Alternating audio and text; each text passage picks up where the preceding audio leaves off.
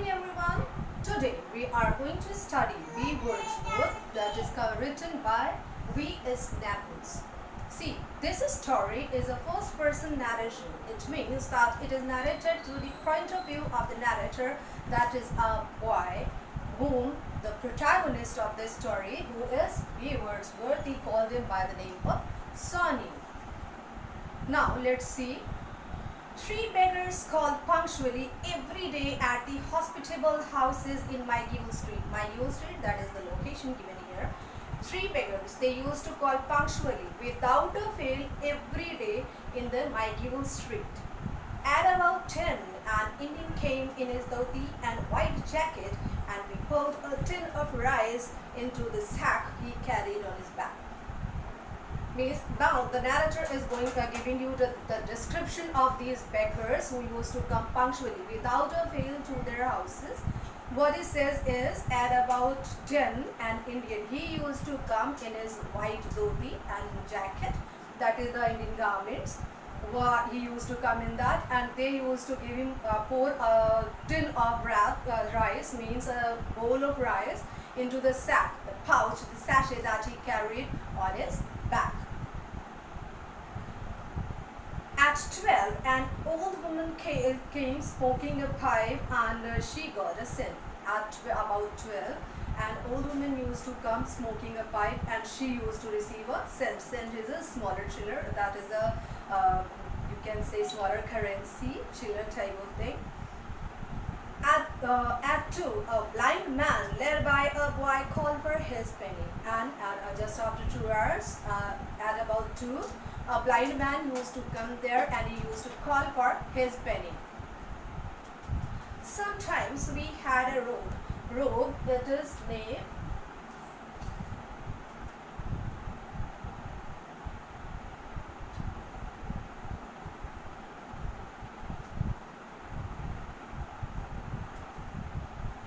Rogue means knave, that is a person of uncertain birth. It can be a bluff, it can be a cheat, it can be a thief, whatever, who is not trusted by the society. Now the narrator is going to explain you why he called this person as a knave.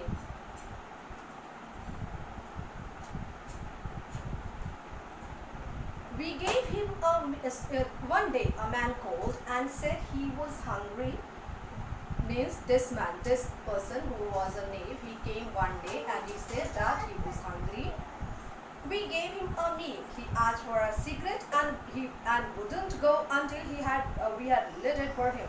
Now, first when he entered the place, where he simply asked for his food, what he said, he was hungry, and after that, as he received his meal, he said he was he wanted a cigarette, and he never buzzed. He didn't move on unless they had lit the cigarette for him.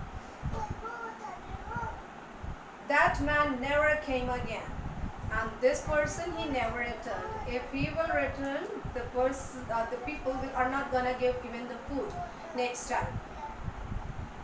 The strangest caller came one afternoon at about 10. Underline the strangest caller. This strangest caller is the protagonist, that is V. Wordsworth. He came up one afternoon at about 4 o'clock. Before it, underline. At about 10, an Indian came. Start underlining from this till for his penny. Then the strangest scholar, he came there, and this person is the protagonist. He is V. Wordsworth. I had come back from school and was in my home clothes. The man said to me, "Sonny, may I come inside your yard?" This is why the person says this was the strangest caller. This person didn't call for his penny, they didn't call for some meal, didn't call for receiving something, but he wanted to enter the yard. He was a small man. Underline, he was a small man and he was tightly dressed. He wore a hat, a white shirt and black trousers.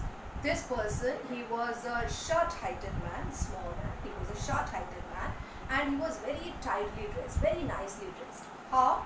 He was wearing a hat, white shirt and black trousers. Means he is dressed up like a gentleman, and he asked what to enter the yard. I asked, what do you want? He said, now see the difference in the languages used by the narrator and the protagonist Wordsworth.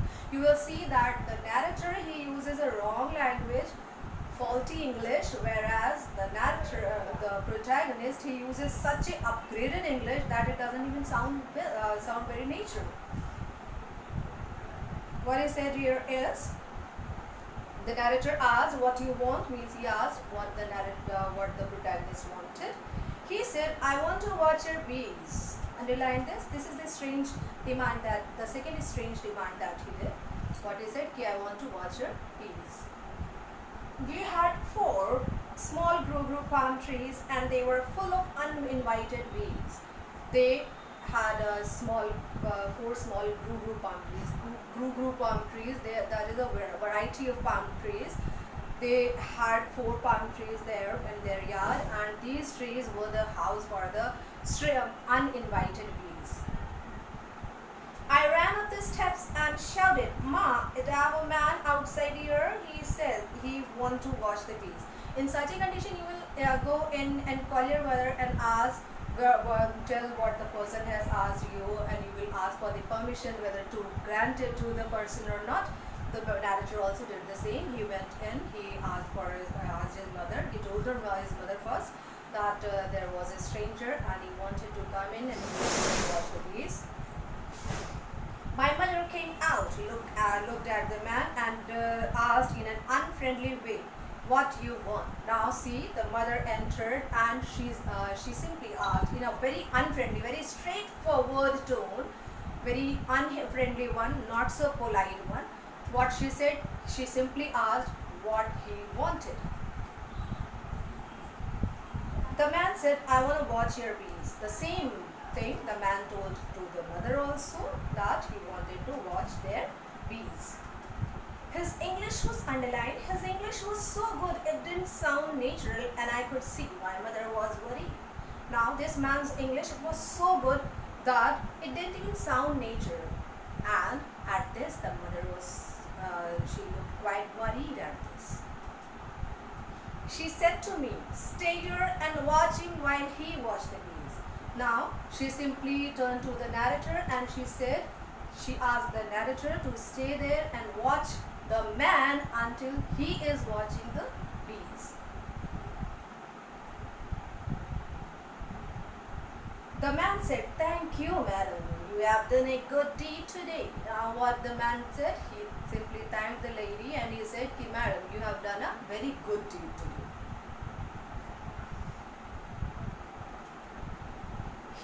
He spoke very slowly and very correctly, as though every word was costing him money. Underline this also. He spoke very slowly and very correctly. Means he didn't speak so fast. He speaks in a slow speed, and he spoke in such a manner. There used to be some people who used to think and then speak, then think and then speak, as if every word is costing them money. The same way here with this person also it is the same. He also spoke so soft, so slow, as if every word was costing him some money. We watched the bees. This man and I were for about an hour squattering near the palm trees. Now, the narrator with the protagonist, they watched the bees for about 1 hour, and they were squattering around the palm trees. They were taking round of the palm trees and they were watching the bees for about 1 hour. This man said, I like watching bees, Sonny. Do you like watching bees? This man, he told the narrator that he loves to watch bees, and he asked whether the person also wanted, the narrator also wanted to, loved to watch the bees. Usually you people don't have the time to watch that, or doing something like this, watching the bees or butterflies or something like that, because you have much time to give to the studies and other things. Yes? The same it happened with the narrator also. He is also a schoolboy, so he doesn't have that much time to give for watching the bees and all. I said, I ain't at the time. The narrator simply told that he doesn't have any time at all. shook his head sadly. This is nodding the head and this is shaking the head. Nodding the head means giving approval with the head movement, and shaking the head means expressing sorrow with the head movement, or saying no with the head movement. So this man, he simply shook his head in sadness, and what he said? He said, that's what I did. I just watched. I can watch ants for days. Have you ever watched ants and scorpions and centipedes and concretes? Have you ever watched those? Now the protagonist, he said, this is what I do. I can watch the ants for long hours. This is what I do. I watch them for long hours. Have you ever watched ants and scorpions or centipedes? These are all these insects. So this is what he said. He simply asked whether the narrator had watched these insects ever. I shook my head. The narrator said no with his head movement. He didn't say it in the words. He simply shook his head means, as I told you, nodding your head means giving approval with the head movement, and shaking head means saying no with the head movement. So the narrator said no. I said, what you does, Mr.? What you does do, Mr.? Now the narrator asked Wordsworth what he does. Means he is asking for his profession, what he does to earn money. He got up and said, I'm a poet. Now the protagonist, he got up, and what he said? He said, I'm a poet. Means what he simply said that he was a poet. He is claiming to be the poet. I said, a good poet. Now the narrator had one more query, whether the person was a good poet. He said, the greatest in the world. What your name? Now the protagonist said, yeah, I'm the greatest poet in the world. This is what the claim the narrator makes. What your name, Mister? Now the narrator asked for the name. B. Wordsworth.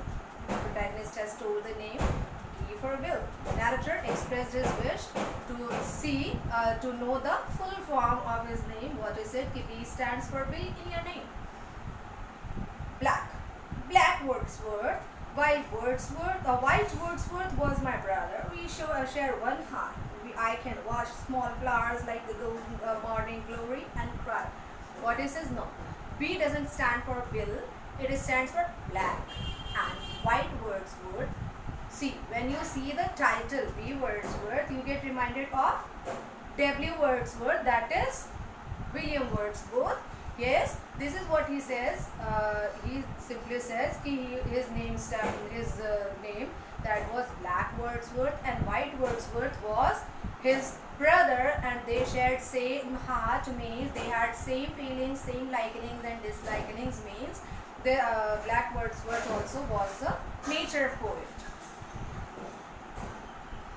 Now he has explained it.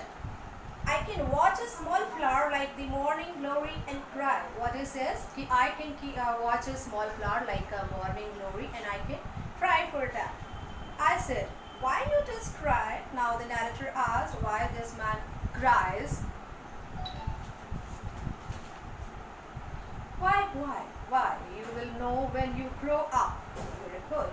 Now what happens sometimes when you ask some questions to your elders, the elders don't give straightforward reply. They used to tell you will get to know when you will grow up. The same reply the B. Wordsworth also gave. What he said, the narrator will be knowing it when he will get to know when he will be growing up. Now what he says, and when you are a poet, you can cry for everything. What he says you are also a poet, and this is why when you will grow up you will understand. You are also a poet. You can understand that when someone is a poet, he can cry for anything. Why can a poet cry for anything? The reason is the poets have a very soft heart. They can feel anything, and when they have a deep feeling, they cry. Sometimes they cry for their tears express joy. Sometimes their tears express pleasure. Sometimes their tears express the sorrow. Different expressions are there. He said, you like your mother? When she not beating you? Now the protagonist asked whether the narrator liked his mother, and the narrator said, when she doesn't like beat him. Means it happens no matter how much we love someone, we can't love someone forever. So what it says here is that he loves his mother, but not at times when she is beating him. Means at times when she is beating him, he doesn't like his mother. He pulled out a printed paper from his hip pocket and said, "On this paper is the greatest poem about mothers, and I'm going to sell it to you at a bargain price for 4 cents." So what he says here is he simply took out a paper piece from his hip pocket and he said, this poem paper, it contains the greatest poem about mothers, and I'm going to sell this poem to you at a bargain price, such as trifle price of 4 pennies, 4 cents. I went inside and I said, "Ma, you want to buy the poetry for 4 cents? Now the narrator, he went inside and he asked his mother whether she wants to buy the poem.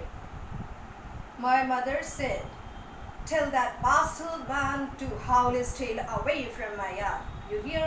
Now you see again, the mother is very strict and rigid one.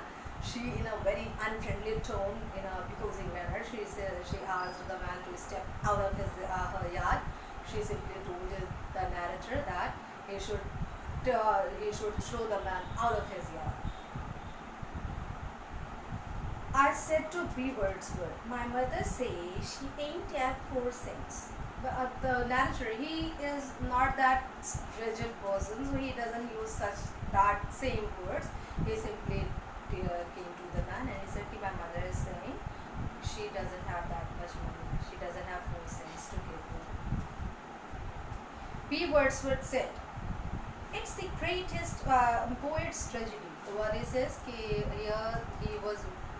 he felt like this is the poet's tragedy, that the people are least interested, least bothers of their feelings. I said, "Is a funny way to go around selling poetry like that? Only clay persons do. That's all things. A lot of people does buy." Now what the narrator had a query. Usually the people don't go around buying poems like that, but this person has tried to. That's what he says. What he says is, isn't it so funny to go around selling poems, and is it like so many people buy it? No one has yet bought a single copy. Means till date, no one had ever bought a single copy. But why you just keep on going round then? Now the narrator asked why he goes round selling the poems like that then, when there is no use of some efforts. Why is he making the same efforts again and again? He said, "In this way I watch many things, and I always hope to meet poets." Now what he says, this is how I used to watch many things, and this is how I used to meet many people, and I hope that I will meet some poets also. I said, "You really think I is a poet?" Now the narrator asked whether the protagonist really thought he is a poet. "You're as good as me," he said. Though the protagonist, he said, "Yes, you are also so good a poet as I am." And then Wordsworth left. I prayed I would see him again. Now Wordsworth left the place, and the narrator, because he was very happy to see this man, he liked this man, so he prayed that he will see the man again. About a week later, coming back from school one afternoon, I met him at the corner of my Street. Means after about 1 week, what happened? The narrator, he met the person again when he was returning from school. He met the person at a street corner. Now your task is to learn the underlined poem portion, go through the story again and again, read it as many times as it is possible. I'll be posting you the next videos in the next time. Alright, thank you.